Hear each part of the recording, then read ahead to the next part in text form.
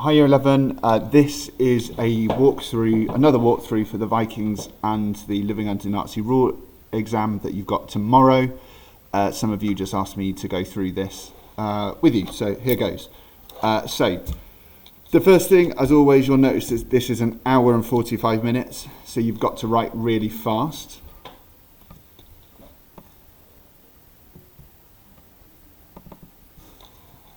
This is an hour and 45 minutes, so you've got to write really quickly and write like the wind, like always. The other good news is that the first half of the paper, which is on the Vikings, is identical in terms of how you answer them to the migrants paper, okay?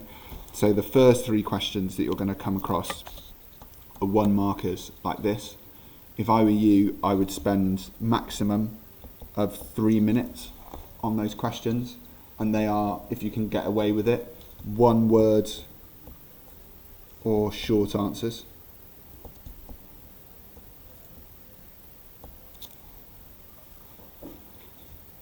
So if you can get away with less than 3 minutes, do. So if you can save some time here, then it's a good place to save some time.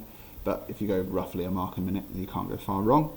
The second question, write a clear and organised summary that analyses. That will always be the same, and then it's going to ask you to analyse something. So I've seen ones before that are ask you to analyse the Vikings' contact with Constantinople, or ask you to analyse the experience or the invasion of the Great Heathen Army. Could be another one. So Constantinople, the Vikings who go east; Great Heathen Army, the Vikings who go west. So Constantinople, we're talking about the Rus and the Vulgars. Those who go west, we're talking about Danes and Norsemen, okay, from Norway and Denmark. So they might ask you about things like that.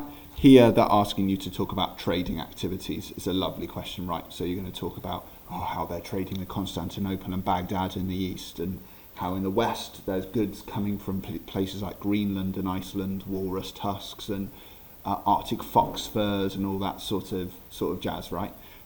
Lovely question if you get this one. But the way that we tackle it is exactly the same as you did on the migrants paper. You're going to write 2 paragraphs. And you're going to use who, what, when, where. And in your final sentence, a why. So if it were this one, for example, well, I might be saying, who is trading? So the Volga Vikings, the Rus, they are trading. Well, where are they trading? They're trading in the east, in Constantinople and Baghdad. They travelled down rivers like the Volga and the Dnieper, hauling their boats over land so that they could get to these important cities to trade goods.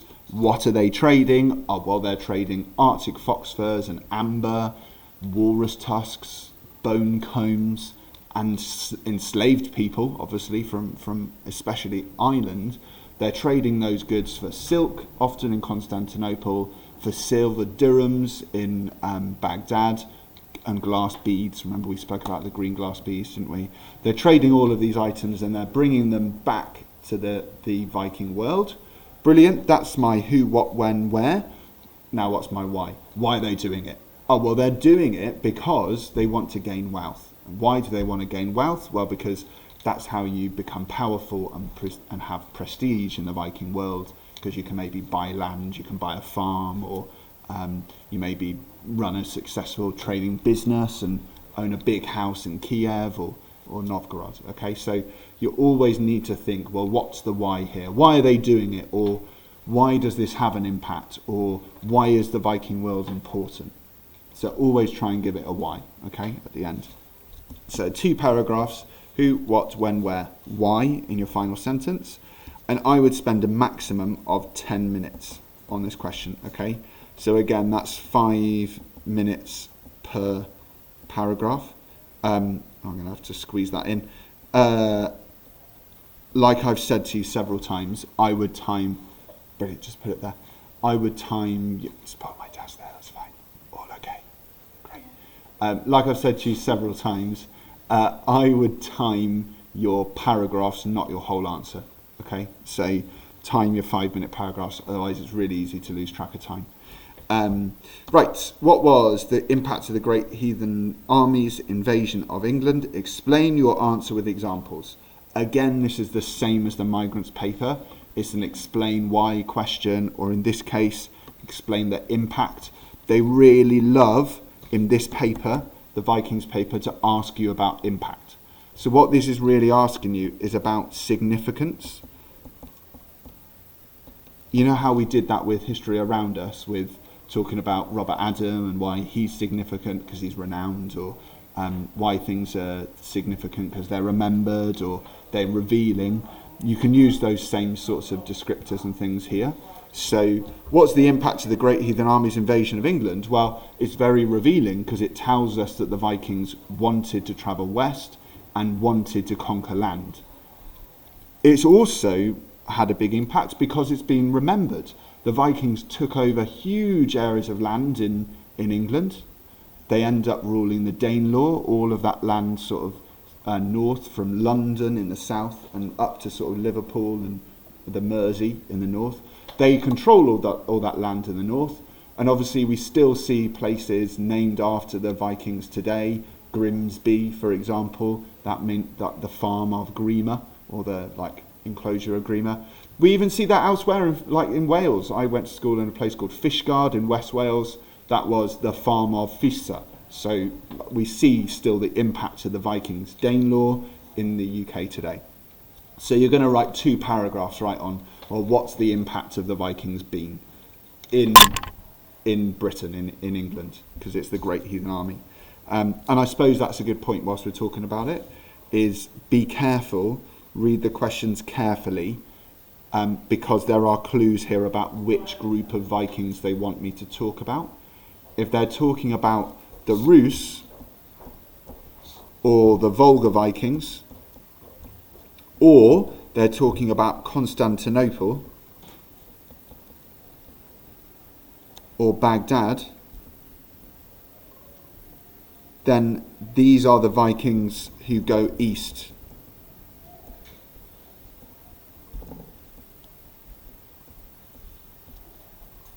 And they are going east from Sweden. If it starts talking about, like here, the Great Heathen Army,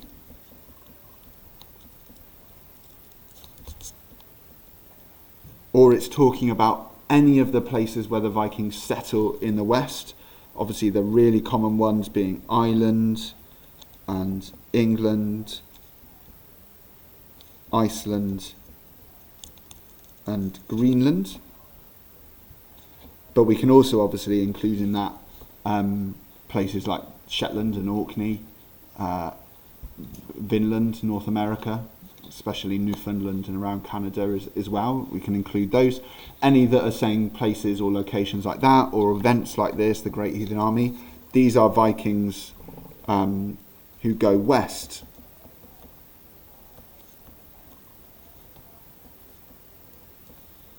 From Denmark, i.e. the Danes, or Norway, i.e. the Norse. Okay, so Danes, Norse, Sweden, they're not the Swedes, unfortunately, they're the Rus or the Volga Vikings. Okay, would be too easy if they were the Swedes, wouldn't it? So I think be really careful on that and read the questions carefully and make sure before you start writing an answer that you really understand which group of Vikings they're asking you about. Because if I'm thinking about me, I think that's one of the places where I'd maybe make a mistake, get carried away, and then before I know it, I'm writing something that's not relevant to the question. Okay, so this one, therefore, is talking about the Vikings who go west, right? And their invasion of England. We've spoken about the types of things we might write here about their impact. So how are we going to do it? Well, like I said briefly before, you're going to write 2 paragraphs, and they are claim paragraphs. Claim, evidence, explain, therefore. And you're going to spend in total, that means 12 minutes, or again, time your paragraphs, not your answer, or 6 minutes per paragraph.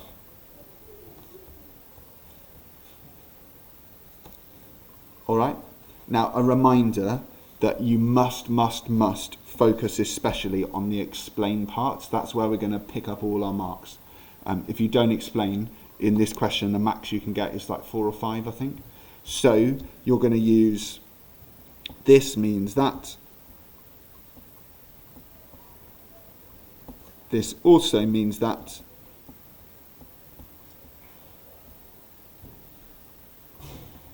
And then your final sentence, proving to the examiner you've answered the question right, therefore.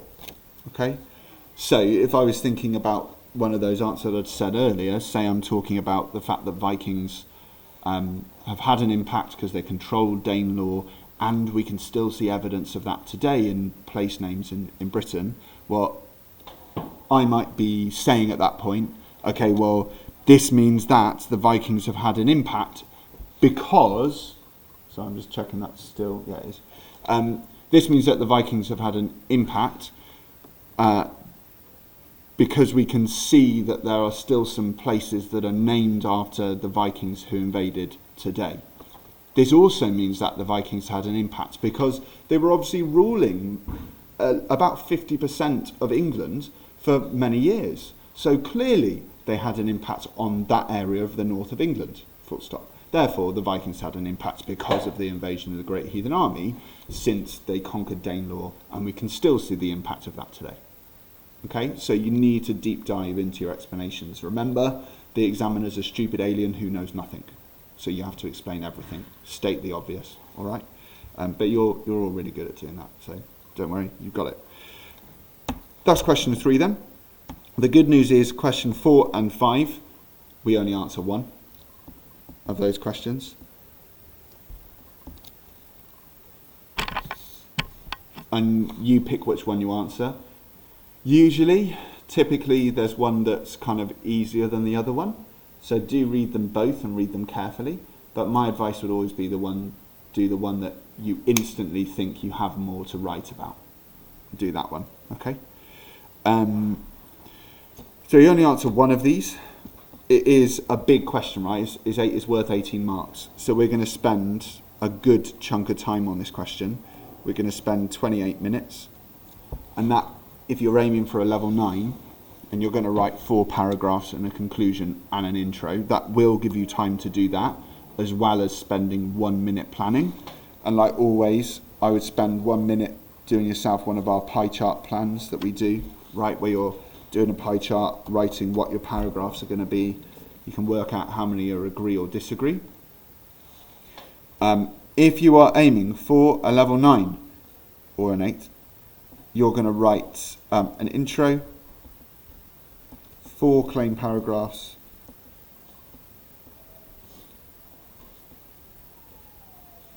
and a conclusion.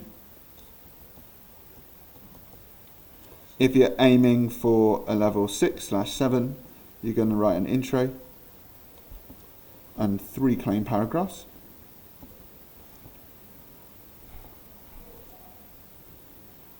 And if you're aiming for a level 5/4 or 4/5, you're going to write an intro and 2 claim paragraphs. Now, a couple of things. If you are aiming for a level 8/9, I would aim for 3 to 1. What I mean by that is 3 agree or disagree and 1 the other side. Okay? If you're aiming for a level 6 or 7 or a level 4 or 5, it doesn't matter. You can have 3 and 0. You can have you can have 2 and 1. You can have 1 and 2, like whatever. And the same with your 2 claim paragraphs. You can have 2 and 0, or you can have 1 and 1. All right? Doesn't matter with the others. Sentence starters then. Well, if you are writing claim paragraphs, it's exactly the same, right? So we're going to go claim, but this time you're most often going to use on one hand, on the other hand, to start off your paragraphs.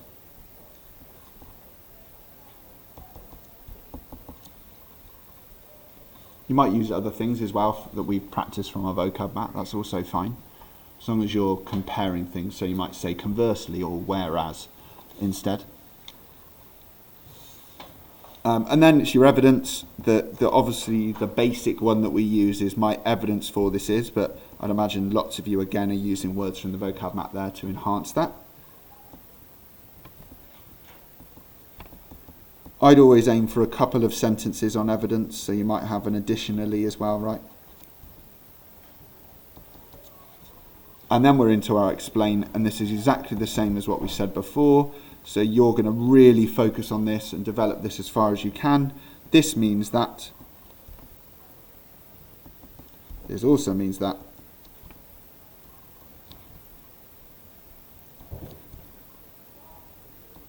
Therefore. All right. If we are writing a conclusion, let's just do that one really quickly, and then we'll move on to the Nazi Germany paper as well. But if you are going to do a conclusion, then I would first of all keep that pretty short, I would say, is the first thing. And then the second thing, or the sentence starters that I would use are, give me a second whilst I load up the right PowerPoint to remind myself.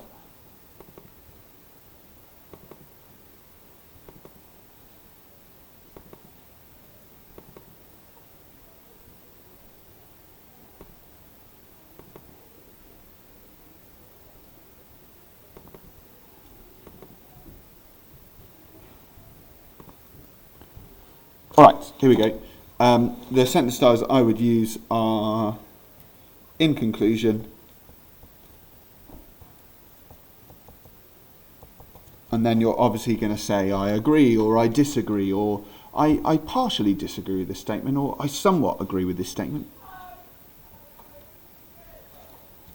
Although,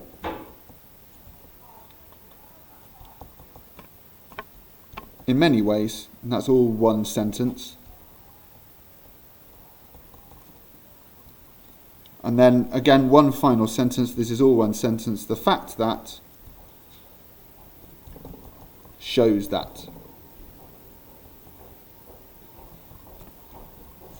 So if we imagine that I were writing a conclusion for this fourth question, or question 4, religion was the most important aspect of the lives of the Vikings in their homelands. I think on the whole I'd probably disagree with that overall, although it's close. And I might say something like this, well, in conclusion, I mainly disagree that religion was the most important aspect of the lives of Vikings in their homelands. Although religion was very important, both the Old Norse religion and later Christianity, in many ways other aspects like trade or craft work were far more important to the lives of Vikings in their homeland, since trade was many Vikings' livelihood, and as was craft work and decoration, full stop. The fact that craft work and decoration was so important in the Viking world also shows that these were important aspects of Viking life too, full stop. So your conclusion, you're just bringing it together and saying, summarising your argument, basically. All right, so that's the Vikings paper. Let's go and have a think now about the Nazi Germany half of the paper. So, handily, the copy which I'm using, OCR haven't paid for the copyright on one of the examples, so we haven't got it, but it doesn't matter, I'll be able to show you what we're doing anyway. The Nazi Germany paper is kind of a source-based paper, so you're using sources and interpretations, and then it finishes with another 18 marker. Okay, so there's some similar things, some different things.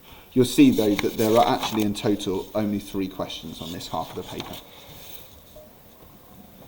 All right, this first question, what can source A tell us about the Holocaust, is asking you to make an inference, to infer some information, to work something out.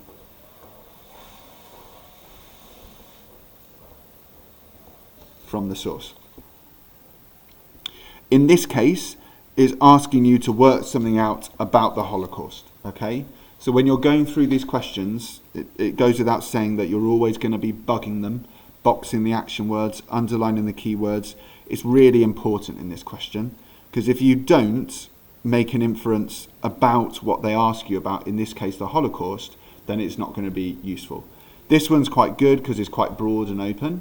Sometimes they're going to be on quite specific things. So make sure you're focusing your inference, whatever you're working out, on that, okay? And it says, use the source and your own knowledge. And we'll talk about how we're going to do that in a minute. So the first thing that I would do is go and read through both the source and the provenance. Remember, this is the provenance. It's the information about the source. Where's it come from? Who wrote it?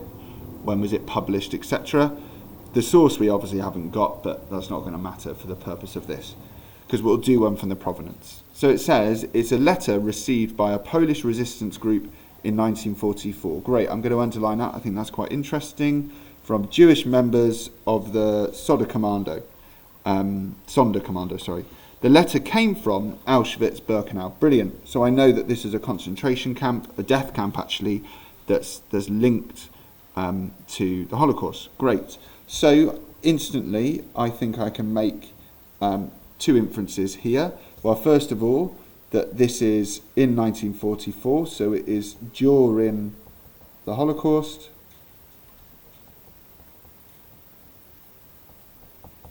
And, right, this has come from a death camp. So even without the source, just in the provenance, I'm able to infer that, well, this is going to tell me something about the about death camps. It's going to tell me also something about life for Jewish people and other Untermenschen during the Holocaust. Now, you might not know what the Sonderkommando is.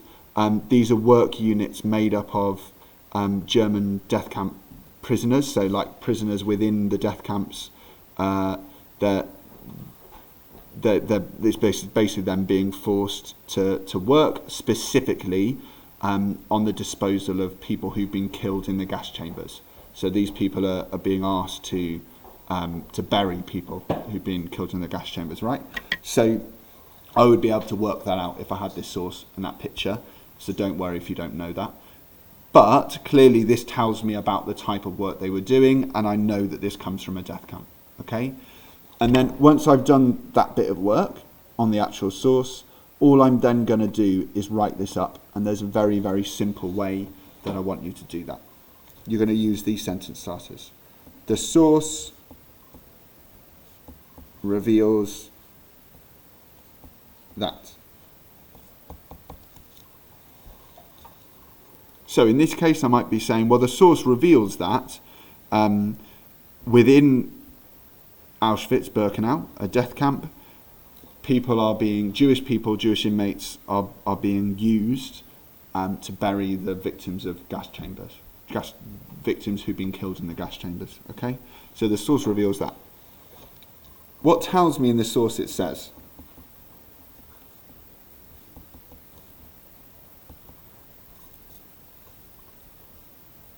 Sorry, what tells me this? I'm going to start that again. What tells me this is in the source it says, okay? So in this case, because I'm going to use the provenance, I'd be saying, well, what tells me this is in the source it says that this is a letter from Auschwitz-Birkenau, and that it shows members of the Sonderkommando doing the work that the Nazis have forced them to do, okay? And then this is where I'm going to get my kind of own knowledge in. This is or is not surprising because. Now, in this case, I'd probably say this is not surprising because I know that the Nazis were using inmates in death camps to do all types of work, and so it makes sense that they were being asked to also bury the dead who'd been killed in the gas chambers, okay? And then that's it. You're then going to write a second paragraph, though. Okay, so in this answer you write 2 paragraphs. They are identical.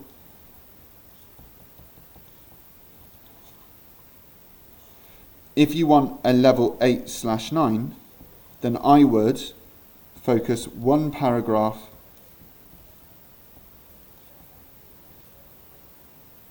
on the provenance,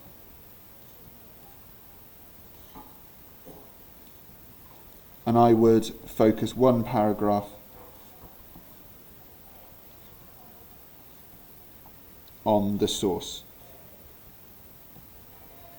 What I mean by that is you're going to focus, obviously we haven't got it here, but focus on the picture or the writing, whatever it is. And the last thing I'd say is, if it's a picture, instead of what tells me this is, in the source it says, you're going to say what tells me this is in the source I can see. So just say what you see. Okay? So that's question 1.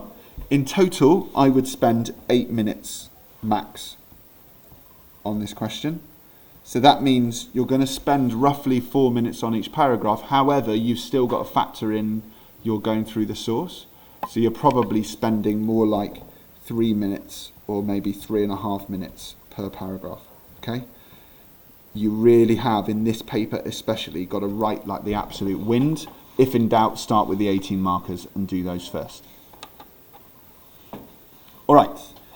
2 more questions to go, and then we're done with going through the paper. You'll be pleased to know.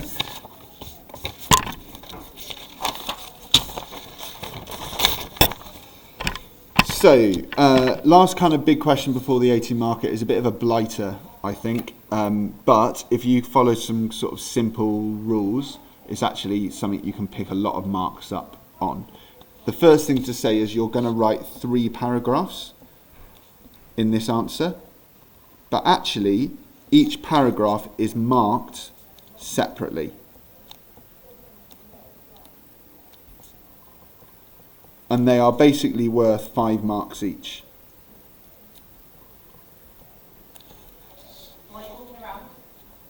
Now, the implications of that are quite useful to know for kind of thinking about tricks with this question. Because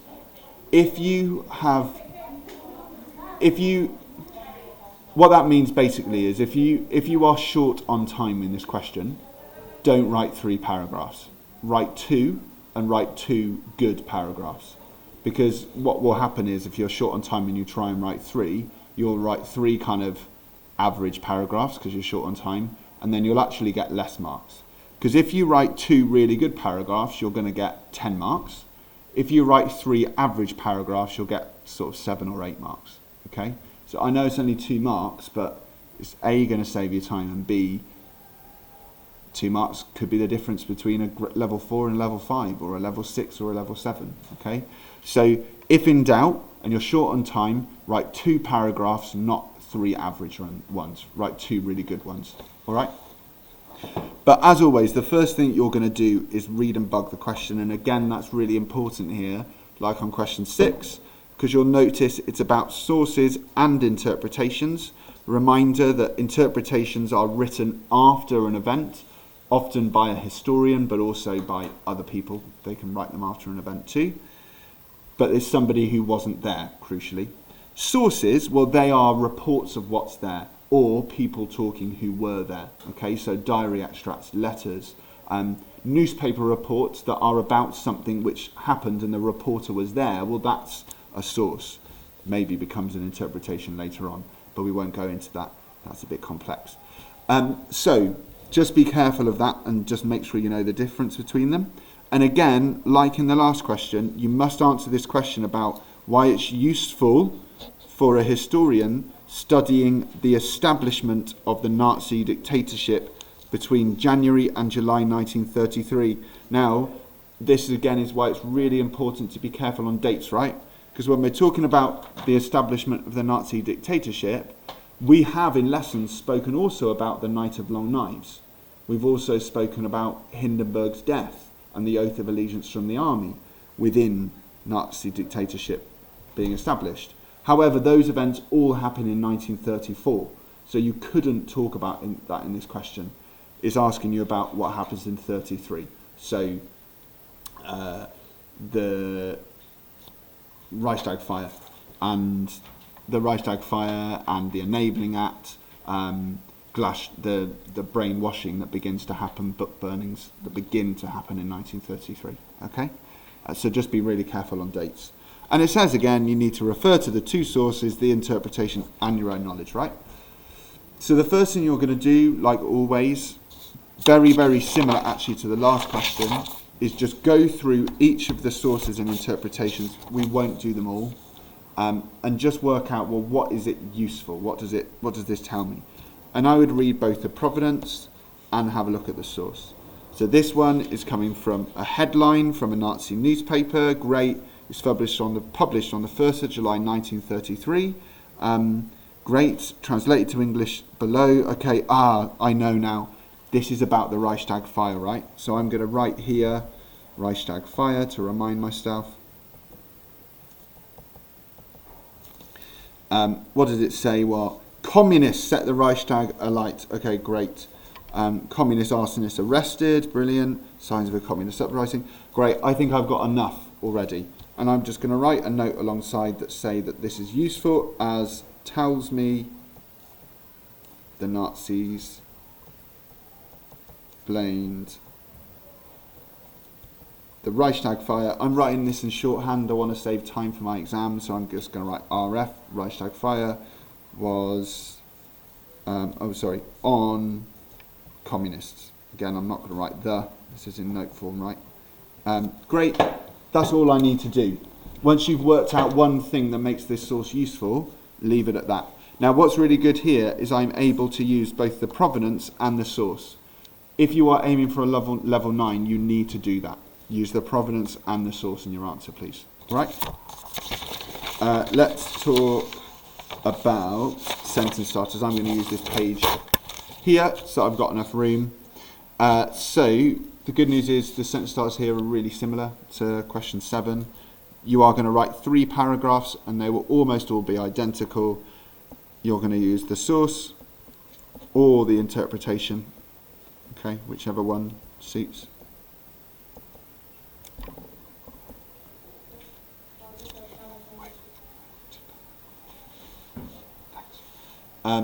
The source / the interpretation, and then I'm going to put a dash there, right? Because you'd put like A or B or C or whatever. Is useful because it reveals.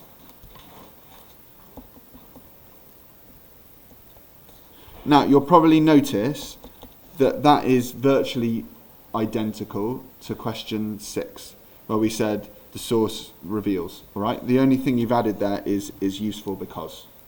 And that's really important, and make sure we're answering the question, okay? But otherwise, it's pretty similar. Sentence, second one again, well, what tells me this is it says, this is like our evidence sentence.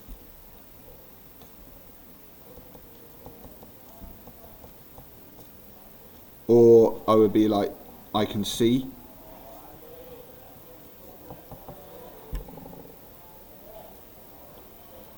And then same again for our own knowledge, this is / is not surprising because.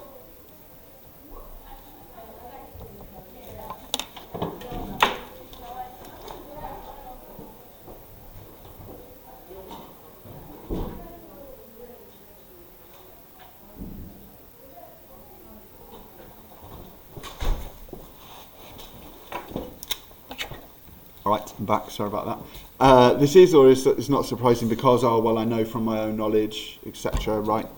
And then finally, this is where we directly answer the question.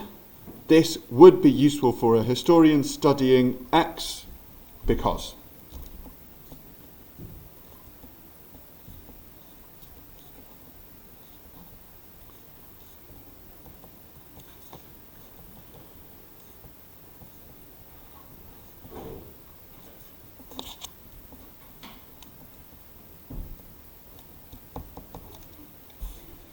So in this example,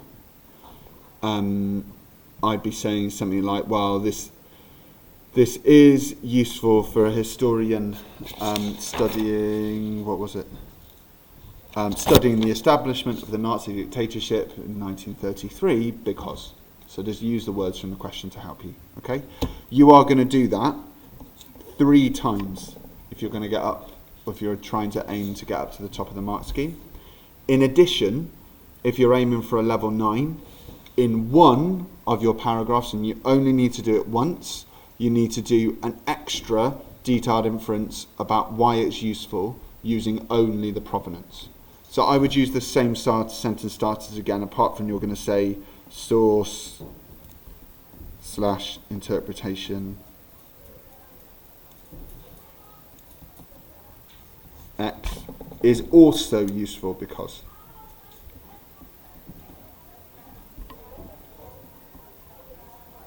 So you might say, well, it's also useful because in the provenance it tells me it's a headline from a Nazi newspaper and that this is also published on the 1st of March 1933. I know that this was actually only a week or so after the Reichstag fire on the 27th, I think off the top of my head, of February 1933. So this tells me that this is from the time, it's from a newspaper that suggests that at least the reporters were probably there. They're also possibly being told what to say by the Nazis at this point, who are telling them to say that this is a communist plot. Okay, so I'm going to make actually a very detailed inference there about the provenance and using the provenance specifically and why that tells us that it's useful, using broadly the same sentence starters. But the big caveat is that actually that doing that long paragraph only gains you 2 or 3 more marks in the exam. So if you're short on time, don't do it. Use that time on your 18 marker instead. It's easier to get more marks in the 18 marker than it is to get the 2 or 3 extra marks in this question. All right.